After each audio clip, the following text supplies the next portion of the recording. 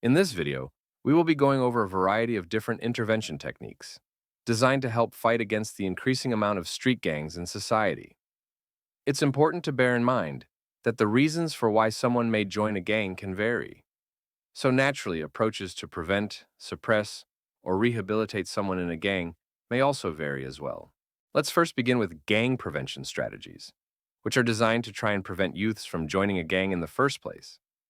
According to the Office of Juvenile Justice and Delinquency Prevention, most gang members who first join are typically between the age ranges of 12 to 15, oftentimes also displaying signs of early delinquency.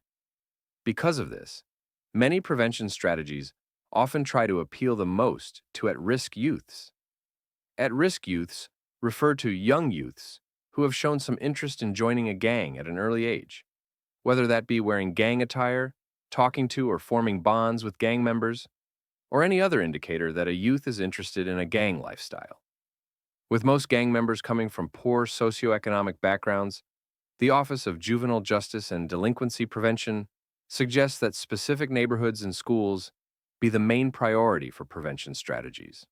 Prevention strategies often come in two main forms, which are community prevention programs and national programs. Let's start with community-based programs.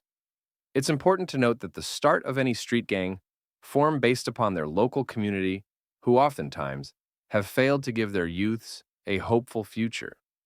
While a community plays a part in the creation of a gang, it can also play a part in stopping them.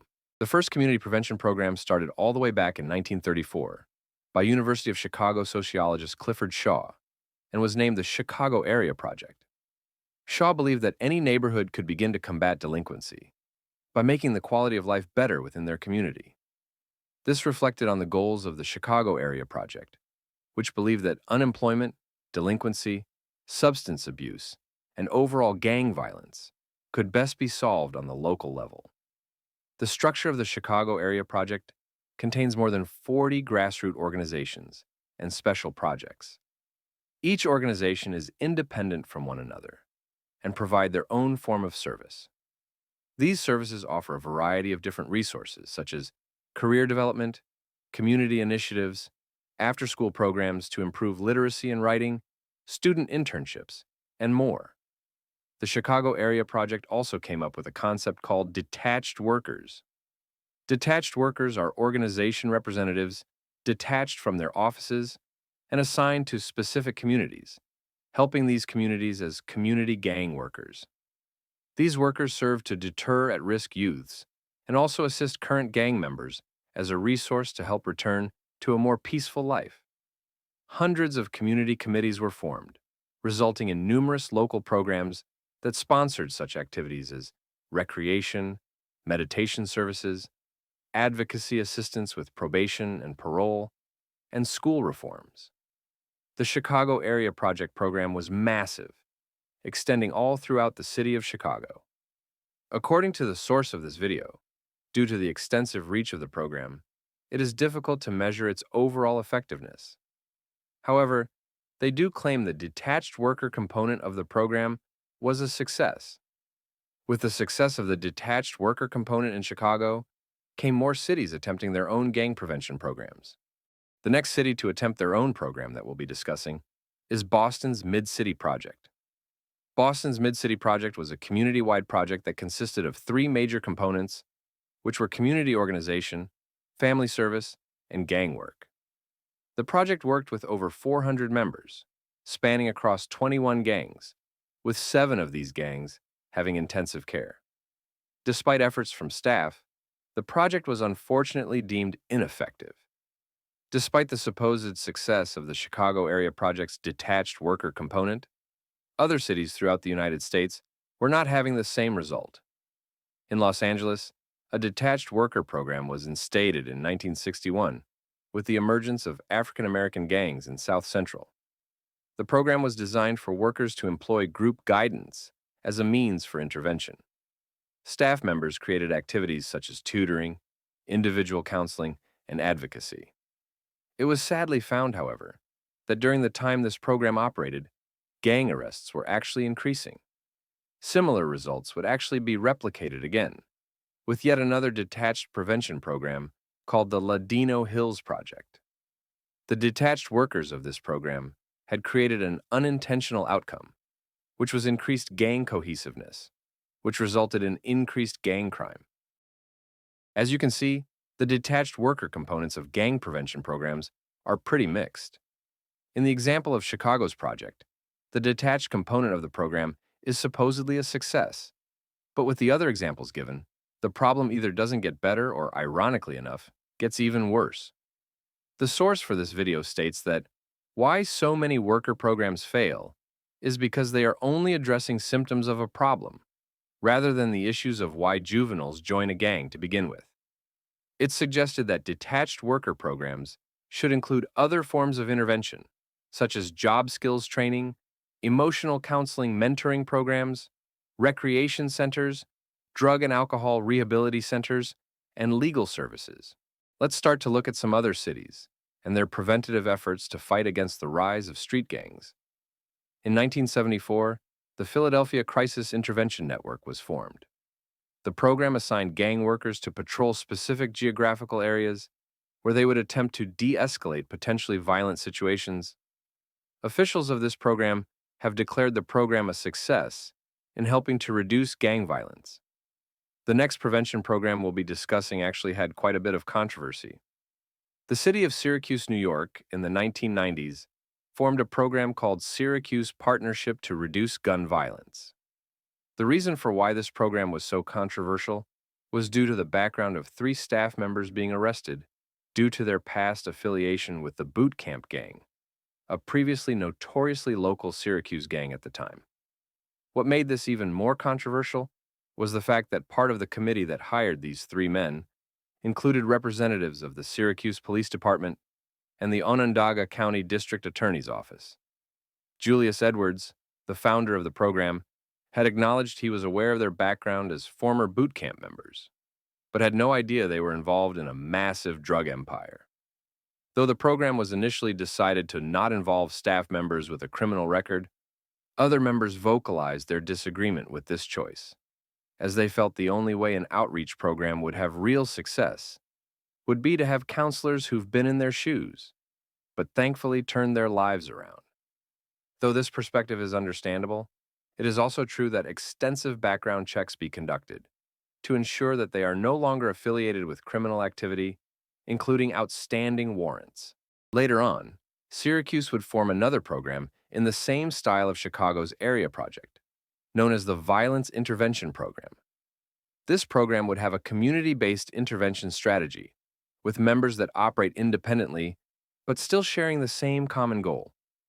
On a more positive note with Los Angeles and their preventative efforts, let's talk about Homeboy Industries.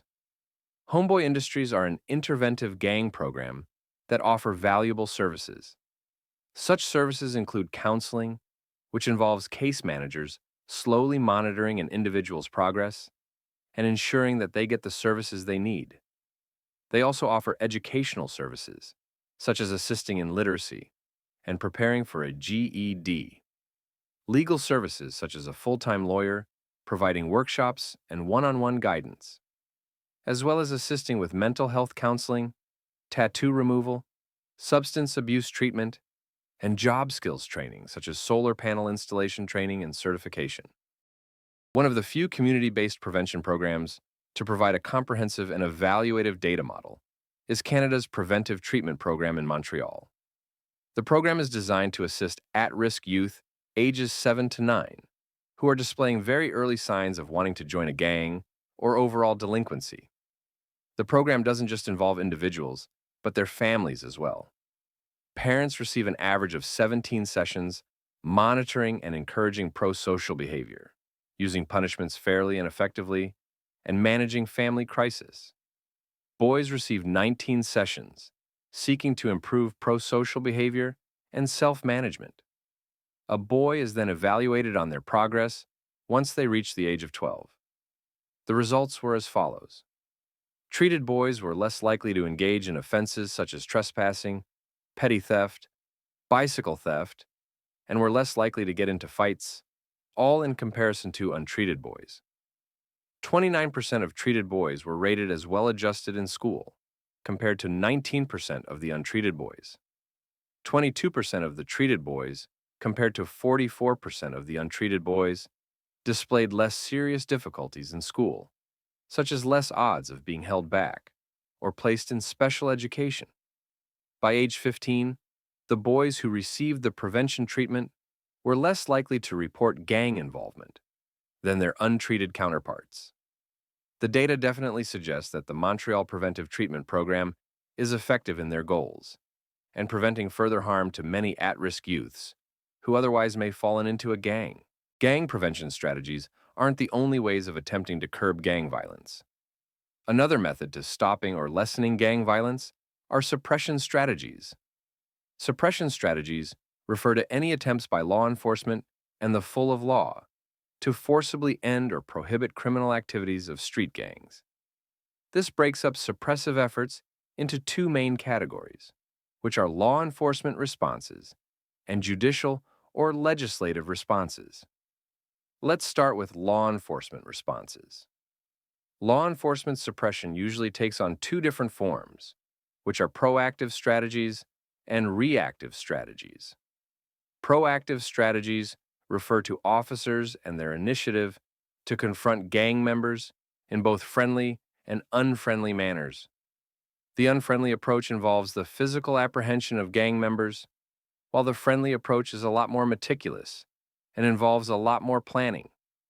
Investigators will attempt to document gang members, make contact with them, learn their names, identify gang tattoos and graffiti, and cultivate informants. Police commonly use a method to collect information about gangs by visiting locations where multiple gang members are known to congregate. There, they conduct searches for weapons or drugs. If any illegal items are found, arrests are made. If not, officers try to gather intelligence about the gang's activities through questioning. The information obtained is then entered into a computer system such as CompStat. CompStat, short for computer statistics, was originally developed by the New York City Police Department in 1994. It has since been adopted by many large law enforcement agencies as a strategic management tool. Law enforcement officials have concluded that traditional policing methods are largely ineffective in creating lasting change within gang-affiliated or high-crime neighborhoods. While these tactics may address immediate issues, they often fail to resolve the underlying factors that contribute to such environments in the first place. An intriguing proposal aimed at enhancing gang suppression efforts involves the adoption of military strategies, specifically counterinsurgency methods. These methods encompass the strategies, tactics, and practices used by military or government forces to confront and dismantle insurgencies, which are armed rebellions or uprisings against established authorities. The consideration of these techniques has gained traction alongside the growing number of military veterans, particularly those who served in the Gulf Wars, transitioning into careers in law enforcement. This implementation of strategy is being enforced in Springfield, Massachusetts, where two state troopers returned to their jobs after deployment with a Green Beret unit in Iraq, after they noticed disturbing parallels between enemy insurgents in Afghani Iraq and Brightwood, Massachusetts, a neighborhood controlled by street gangs. Within Brightwood, officers noticed street gang members with motor scooters, carrying SKS automatic rifles, casually hanging out in broad daylight. At the heart of the counterinsurgency approach is a community meeting held on a weekly basis of residents, community leaders, local politicians, representatives of local agencies and nonprofit organizations, and law enforcement. These parties all debrief and strategize on ways to curtail gang insurgency within the community. The second form of law enforcement responses we'll be discussing are reactive strategies. Reactive strategies are the common day-to-day interactions between the police and gang members who are actively committing a crime. The streamlined process of information from a caller reporting a crime to a police dispatcher to a police officer is critical in the fight against gang violence. At other times, police will stumble across crimes in progress and pursue gang members on foot or a vehicle chase. One of the most common law enforcement suppression techniques are neighborhood sweeps. A sweep involves a large number of officers who enter a specific area, such as a house, neighborhood, or building. and then arrest known or suspected gang members. Another common suppressive tactic is hotspot targeting. Hotspot targeting refers to targeting a specific gang through intensive surveillance to apply pressure and ideally try to deter them. Oftentimes, police patrol well-known gang areas in hopes of catching or creating opportunities to gather information, intervene in visible criminal activity, and make their presence known to the gangs. Another suppressive effort by law enforcement to stop gangs are by setting up roadblocks or checkpoints. There are many different examples of suppressive effort, but these are just a few to illustrate the idea. However, the most intensive law enforcement suppression technique would have to be the anti-gang unit. Gang units utilize the hit them as hard as we can approach in their efforts against street gangs. Once chosen for these task forces, officers go through both physical and educational training. The timing of shifts may vary from agency, but generally they last from 2 p.m. to 12 a.m., often have lots of opportunities for overtime, and work 4 days a week with 3 days off, a potentially more appealing time schedule for some in their work week.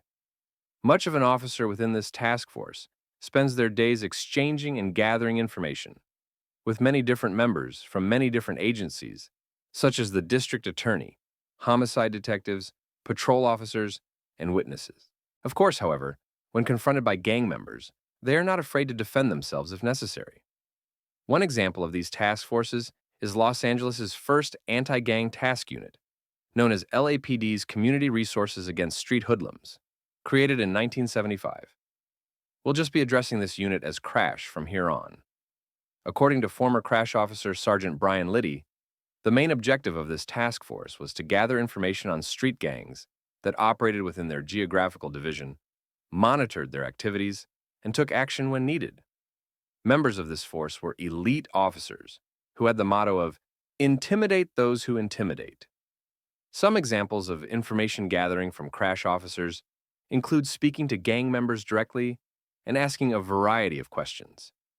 Such questions could include examples such as who that gang was currently feuding with, or what gang or gangs have been committing drive-by shootings on them. Of course, such a method had a variety of potential problems, such as being told potentially false information, or maybe even the gang members themselves being told something and passing off information designed to harm their rivals. Another method of information gathering is interpreting graffiti art. Though gang graffiti could just be artwork, it also could be symbolic, such as gang members leaving behind graffiti of what has happened or what could happen between rival gangs. Graffiti can also be symbolic of potential gang territory. Though it is believed CRASH did obtain some short-term success in reducing gang activity, particularly through their intense suppression tactics, this wouldn't stop them from landing in controversy, and lots of it. Much of CRASH's controversy initially stemmed from accusations of corruption and racism. A civil rights organization known as the National Association for the Advancement of Colored People claimed that hundreds of complaints were filed against both the LAPD and CRASH. Such accusations stemmed from claims that officers allegedly stranded gang suspects on their enemy's turf, and officers putting graffiti of the Bloods gang over the graffiti of the Crips gang, and vice versa. The nail in the coffin for the CRASH task force was due to allegations of corruption in the Rampart district of Los Angeles' LAPD. LAPD's Rampart CRASH unit was in a building away from the main station due to spacing issues. Amongst this unit's privacy away from their main station was their own subculture. Within Rampart's CRASH unit were systems of reward and recognition depending on the severity of what they did to gang members, giving out plaques to officers who shot gang members, and having their own tattoos and patches they'd wear on their jackets. These plaques would also have shell casings engraved on them for the number of times the officer had hit the person they were shooting at, with special distinctive plaques being awarded for a fatal shooting. Members of this unit were also known to use drop guns, which refer to guns previously recovered off the streets, but never reported, used as planted evidence against perpetrators they believed had guns, but as it turns out, were unarmed. This same concept was also said to be carried out, but with drugs as well. All of these events would foreshadow the inevitable end of not only the Rampart unit, but the entirety of Los Angeles's crash program. Former officer Rafael Perez of the Rampart Division admitted in court as part of his plea bargain for drug charges in 1999 that he knowingly shot and framed an innocent man. Perez was caught while attempting to steal narcotics from an evidence storage facility. Perez would also confess that multiple other members of the unit were implicit in a variety of abuses. The scandal led to the investigation of 70 current and former officers and the overturning of roughly 40 convictions. In response to the backlash, LAPD Chief Bernard Parks disbanded all of Los Angeles's crash units. Many citizens were naturally concerned that gang activity may see an uprising due to the disbanded units. Los Angeles would resolve this by replacing crash with their special enforcement units. Focusing off Los Angeles, let's take a look at some other cities' task forces and their efforts to fight against gang activity. In California's Orange County, we have the Tri-Agency Resource Gang Enforcement Team. The team incorporates a three-prong approach. The first being selective incarceration of the most violent and repeat gang offenders in the most violent gangs. The second being enforcement of probation controls with younger and less violent offenders. Finally, arrests of gang leaders in hotspots of gang activity. Riverside, California utilizes the Riverside County Gang Task Force to keep its neighborhoods free of violent crimes and gang activity. The task force works together with peace officers, probation officers, parole agents, federal agents, and prosecutors, who all share a mutual goal of providing targeted intelligence gathering, enforcement, investigation, and vigorous prosecution of gang members who engage in criminal acts. In Boston, Operation Ceasefire was designed to combat street gangs. This unit works in collaboration with the Attorney for the Commonwealth of Massachusetts and representatives from federal, state, and local law enforcement. Another form of law enforcement suppression of street gangs is community policing. Community policing refers to a collaborative effort between both local community members and law enforcement to protect a community. The hope of community policing is to install fear in criminals because of citizen patrols that work in cooperation with law enforcement. It is also ideal that due to citizen patrols, police will prioritize problems based on citizen input. Unfortunately, one of the biggest issues associated with community policing is lack of communication, particularly when gang units attempt to carry out enforcement-oriented operations. In regard to these operations, it was found that enforcement operations that are carried out without citizen input or input from other units in the agency can create serious tensions between law enforcement and community members. In order for community policing to be effective, patrol officers should both meet community watch members, as well as try to build a consistent working relationship with them to enhance communication quality. Among some of the most popular community policing programs are foot patrols. Foot patrols refer to officers who patrol communities through walking rather than using a vehicle. The benefit of foot patrols include community goodwill and improves relationships between communities and local police. On the other hand, however, many officers are unhappy with the concept of foot patrols, as they argue that they are both too expensive and outdated.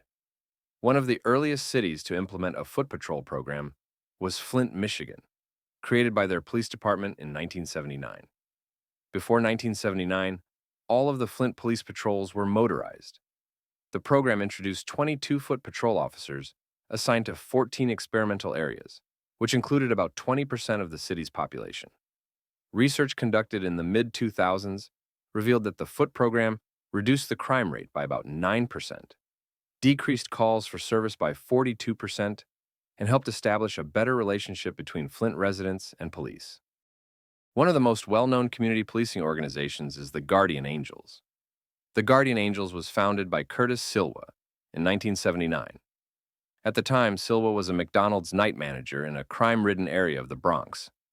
Sick of the crime in his neighborhood, Silva formed a voluntary weapon-free patrol of 13 members who patrolled subways and city streets in an effort to combat crime. Once criticized as vigilantes, the Guardian Angels are now an acclaimed example of a successful community policing group. The guardian angels not only protect the innocent from criminals, but also teach them how to defend themselves and taking responsibility for their neighborhoods. Today, the angels have undertaken many school-based initiatives in an effort to empower people to help themselves. As of 2012, the Guardian Angels has more than 130 chapters in 17 countries. They serve as safety patrols on the streets from dusk until dawn with no weapons. Community policing programs appear to have some success in dealing with gang-related activity. If nothing else, they make local citizens feel safer, and perception often plays a role in community police relations. Though gang treatment programs have likely helped to keep young youths out of street gangs, the amount of total gang members continues to grow.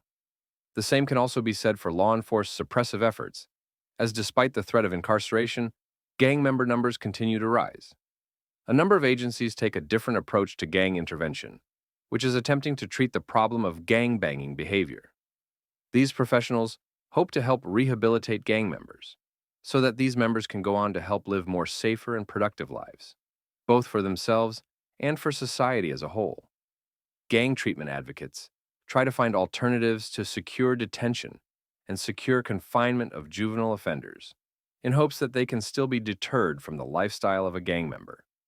There are many examples of alternatives to secure detention, starting with outright release. Outright release refers to a defendant being released from custody before trial, without having to post any money bail, and without restrictive conditions like electronic monitoring, curfews, or frequent check-ins.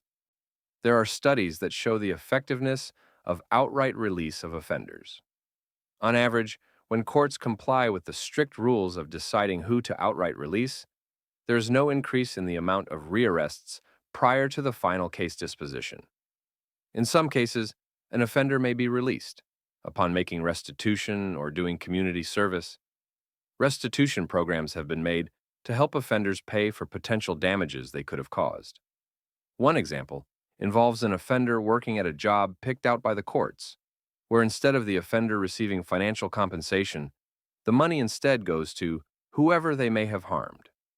This program is often designed for those who commit crimes such as property damage, property loss, or personal injuries to victims. Community service programs also serve as a valuable outlet for outright releases. Another term of release is called supervised release. Supervised release is a period of community supervision that follows a person's release from prison, but it occurs after incarceration, not instead of it. This form of release applies when an offender seems too risky to apply for an outright release, but still has some level of trust by the courts. Supervised release comes in many forms, such as home detention, probation, and electric monitoring. Home detention refers to an offender needing to stay at home during specific times, as well as potential drug testing. Thankfully, evaluative studies have shown that home detention programs report high levels of success. Those within home detention often have electric monitoring, usually on their ankle or wrist. Electric monitoring helps reduce the cost of supervision, reduce institutional populations, and try to help keep the offender in a better mental state. Being able to spend some level of time with friends or family, often associated with home detention and electric monitoring, is also probation. Probation involves an offender checking in with a probation officer at a specific time and place, gathering an understanding of how they are doing, and to see if specific rules are being met. Let's discuss some specific examples of supervision programs. Let's start with San Francisco's Detention Diversion Advocacy Program, an intensive supervision program that has a mixture of rehabilitative treatments catered toward the offender's specific needs. This program targets specific offenders that are chronic repeat offenders, due to 70% of first-time offenders never offending again. Once accepted into the program, the youth is assigned a case manager to carry out a specific case plan. Evaluation of the program is very promising. According to a University of Las Vegas study, participants of this program were 25% less likely to recidivate when compared to detained youths. And in 2007, San Francisco's Detention Diversion Advocacy Program served 149 youths with an 85% success rate. It's believed the reasons for the program's success is due to caseworkers only having small caseloads, which presumably allows for higher quality care on an individual level, as well as caseworkers having freedom from bureaucratic restriction of the juvenile justice system. Skills training programs are another alternative to secure detention. One example is the Fresh Start program that serves youth and communities in Baltimore and Washington, D.C. Fresh Start is a 40-week job skills training program that serves out of school youths, age 16 to 19, most of those referred by the Maryland Department of Juvenile Services. The job services provided are both academic as well as physical trade skills. Fresh Start also monitors the progress of their attendees as they go through the program. In Baltimore, graduates of the program from 1997 to 2000 had a rearrest rate of 19% and a reincarceration rate of just 7%, well below the rearrest rate of 75% that other Maryland Department of Juvenile Justice programs reported. Some examples of these supervised programs provide positive results that indicate success for keeping juveniles out of further legal trouble, as well as providing them the means to succeed and go on to be productive and safer members of society. The next form of keeping youths out of incarceration but still trying to assist them is diversion. Diversion in this context, referring to professionals who are in a position to keep youths away from a formal court action. Police officers and court personnel give a break to many juvenile delinquents who eventually mature out of their delinquent behavior. Though this decision could potentially be a mistake, it can also prevent juveniles from receiving a harsher punishment than they really deserve. There are two types of diversion, which are conditional and unconditional. Conditional diversion refers to a juvenile needing to fulfill certain requirements in order to stay out of the system, such as mandatory therapy or drug and alcohol lectures. Unconditional is the opposite, where an individual is kept out of the system, but not having to meet further requirements. Now let's apply this tactic to certain programs. The Sacramento Diversion Project, created in 1970, was designed to help keep troubled adolescents and runaways out of jail. These youths attend a meeting where police and social workers urge them to call their parents or guardians to avoid formal detention. Assuming the request was met, follow-up counseling sessions were set up between professionals and the family on a volunteer basis. 2 years later, additional minor offenses were covered by the diversion program. Many adolescents were diverted away from criminal proceedings, with the Sacramento Diversion Project inspiring many other communities to replicate. A more intense diversionary plan is assigning juvenile offenders to modified boot camps, where youths are put through rigorous training activities. The goal of these activities is to try and build self-esteem and confidence through hard work, with a mental health component as well attempting to change the offender's attitude. Adolescents selected for these camps are more intimidating than those who might receive probation, but still be viewed as treatable, but only under more extreme forms of diversion. Those in support of this form of diversion argue that sentences in this field are shorter than incarcerations, thus saving taxpayer money, as well as the belief that they may disassociate from a gang after the program. Critics, however, may argue that military-style training that may contain officers yelling at youths is hardly an effective diversionary treatment. Though this doesn't give the full picture of the whole situation, I think we've given a pretty good overview on various different efforts to suppress, prevent, and treat gang intervention. With numerous intervention strategies and programs evaluated, there's a few different ways to look at the effectiveness of these efforts. In many cases, they are relatively successful in the sense that if they didn't exist or make the effort they did to help solve the issue, then many more individuals may have fallen into the lives of gangs. On the other hand, you could also look at it from the perspective that if overall gang violence is continuing to rise, then these programs and strategies are not succeeding in their goals to impact the greater picture. Perhaps a more nuanced take from this, however, would be to acknowledge that there may be truthful aspects on both sides that are important to equally bear in mind. Let me know what you thought about everything you've learned from this video, and your thoughts on what could or should be done differently in these various different efforts to fight against the continuous rise of gang violence. Thank you for watching.